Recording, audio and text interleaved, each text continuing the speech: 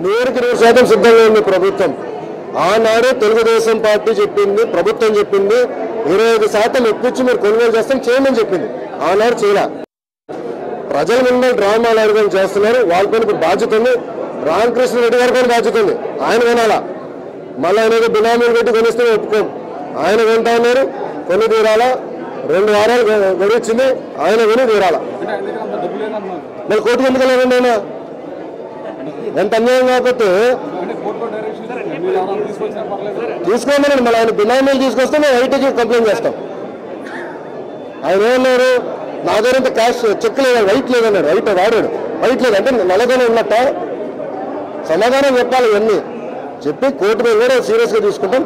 100% ₹2 ఎక్కువ తప్పనిసరి ఏం చేస్తాం. మాకు ఎలాంటి సమస్యలు. 22 కోట్ల రూపాయలు ఇప్పటికే పాటదారుడు ఎవరైతే గతంలో పొంది ఉన్నాడో అతను కట్టేశాడు.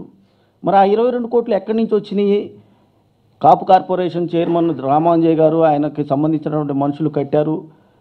వాళ్ళకి ఎక్కడి నుంచి వచ్చినాయి? వాళ్ళ మీద ఐటీ రైడ్లు చేయవా? అంటే అది నీ డబ్బు, నీ బినామీ డబ్బు కాబట్టి నువ్వు ఐటీ రైడ్లు చేయవు అనమాట. మమ్మల్ని బెదిరిస్తే బెదిరే వాళ్ళు ఎవరు లేరు ఇక్కడ.